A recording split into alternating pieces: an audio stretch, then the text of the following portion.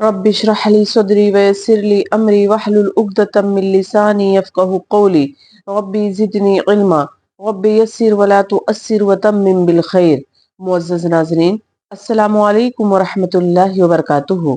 پچھلے سبق میں ہم نے پڑھا کہ متعلقہ عورت کو دوران عدت نکاح کا پیغام دینا کیسا ہے، اور اس کے علاوہ کیا عورت دوران عدت زیب و زینت اختیار کر سکتی ہے یا نہیں کر سکتی ہے، اس کے متعلق مسئلے ہم نے پڑھے۔ آگے پڑھتے ہیں۔ اللہ تعالیٰ فرماتے ہیں اعوذ باللہ من الشیطان الرجیم بسم اللہ الرحمن الرحیم وبہ نستعین۔ اللہ تعالیٰ فرماتے ہیں لا جناح علیکم ان طلقتم النساء ما لم تمسوہن او تفرضوا لہن فریضۃ ومتعوہن علی المؤسر قدرہ وعلی المقتر قدرہ متاعا بالمعروف حقا علی المحسنین۔ اللہ تعالیٰ فرماتے ہیں اگر تم عورتوں کو بغیر ہاتھ لگائے اور بغیر مہر مقرر کیے طلاق دے دو تو بھی تم پر کوئی گناہ نہیں، ہاں انہیں کچھ نہ کچھ فائدہ دو، خوشحال اپنے انداز سے اور تنگ دست اپنی طاقت کے مطابق، دستور کے مطابق اچھا فائدہ دے، بھلائی کرنے والوں پر یہ لازم ہے۔ یہاں پر اس عورت کے متعلق یہ حکم بیان کیا جا رہا ہے جس کا نکاح تو ہو گیا لیکن اس کا مہر مقرر نہیں ہوا تھا، اور خلوت صحیحہ سے پہلے یعنی تعلق قائم کرنے سے پہلے شوہر نے اپنی بیوی کو طلاق دے دی۔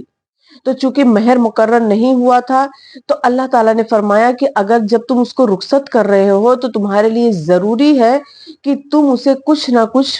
دے کر رخصت کرو، یعنی خالی ہاتھ اسے رخصت مت کرو۔ اور اس کے بعد بتایا کہ جو خوشحال لوگ ہیں، جو امیر لوگ ہیں تو وہ اپنے وسعت کے مطابق دیں، اور جو غریب ہیں، جو تنگ دست ہیں تو وہ اپنی حیثیت، اپنی طاقت کے مطابق انہیں کچھ دے دلا کر رخصت کرے۔ اور آگے فرمایا کہ محسنین کے لیے، بھلائی کرنے والوں کے لیے یہ لازم ہے، یعنی محسنین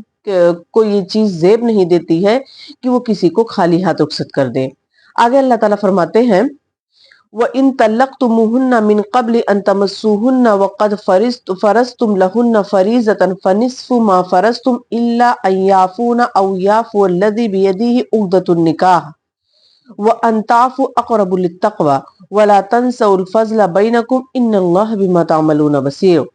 اللہ تعالیٰ فرماتے ہیں اور اگر تم عورتوں کو اس سے پہلے طلاق دے دو کہ تم نے انہیں ہاتھ لگایا ہو اور تم نے ان کا مہر بھی مقرر کر دیا ہو تو مقررہ مہر کا آدھا مہر دے دو، اور یہ بات ہے کہ وہ خود معاف کر دیں۔ پچھلے آیت میں ہم نے پڑھا تھا کہ وہاں پر مہر مقرر نہیں ہوا تھا، اور اس آیت میں ہے کہ نکاح ہو گیا اور مہر بھی مقرر ہو گیا ہے، اور خلوت صحیحہ سے پہلے شوہر نے اپنی بیوی کو طلاق دے دی، تو وہاں پر اس کو چونکہ پچھلے آیت میں مہر مقرر نہیں ہوا تھا اس لیے اپنی طاقت کے حساب سے دینا تھا، اور اس آیت میں چونکہ مہر مقرر ہو چکا ہے تو اس لیے یہاں پر مہر کا آدھا حصہ دینا پڑے گا۔ یعنی مثال کے طور پر اگر حق مہر جو ہے وہ بیوی کا اگر 1,00,000 روپے طے پایا ہے تو پھر 50,000 روپے عورت کو دینے پڑیں گے۔ یہ الگ بات ہے کہ عورت معاف کر دے، اگر عورت معاف کر دے گی تو شوہر کے اوپر کوئی گناہ نہیں۔ اور اس کے بعد اللہ تعالیٰ فرماتے ہیں یا وہ شخص معاف کر دے جس کے ہاتھ میں نکاح کی گرہ ہے، تمہارا معاف کر دینا تقویٰ سے بہت زیادہ نزدیک ہے، اور آپس کی فضیلت اور بزرگی کو فراموش نہ کرو، یقیناً اللہ تمہارے اعمال کو دیکھ رہا ہے۔ یہاں پر جو فرمایا کہ اور وہ شخص معاف کر دے جس کے ہاتھ میں نکاح کی گرہ ہے، تو اس سے متعلق شوہر ہے، خاوند ہے، کیونکہ نکاح کو باقی رکھنا یا طلاق دینا یہ شوہر کے ہاتھ میں ہوتا ہے۔ تو اگر شوہر جو ہے وہ حق مہر ہی معاف کر دے، یعنی چونکہ آدھا حصہ تو عورت کا ہے لیکن آدھا بھی وہ جو شوہر کا ہے آدھا حصہ، تو وہ اس کو بھی معاف کر دے، یعنی بیوی کو پورا کا پورا مہر دے دے، تو اللہ تعالیٰ فرماتے ہیں کہ یہ تقویٰ سے بہت نزدیک ہے، یعنی بہت اچھی بات ہے کہ تم اس عورت کو پورا کا پورا مہر دے رہے ہو، یہ بہت اچھی بات ہے۔ اور اللہ تعالیٰ فرماتے ہیں آگے اللہ تعالیٰ تمہارے اعمال کو دیکھ رہا ہے، یعنی اللہ تعالیٰ کو تمہارے ایک ایک عمل کی، تمہارے سوچنے کی، تمہارے غور و فکر کرنے کی ہر چیز کا علم ہے، اللہ تعالیٰ تمہارے ہر چیز سے باخبر ہے۔ آگے اللہ تعالیٰ فرماتے ہیں حافظوا علی الصلاۃ والصلاۃ الوسطی وقوموا للہ قانتین،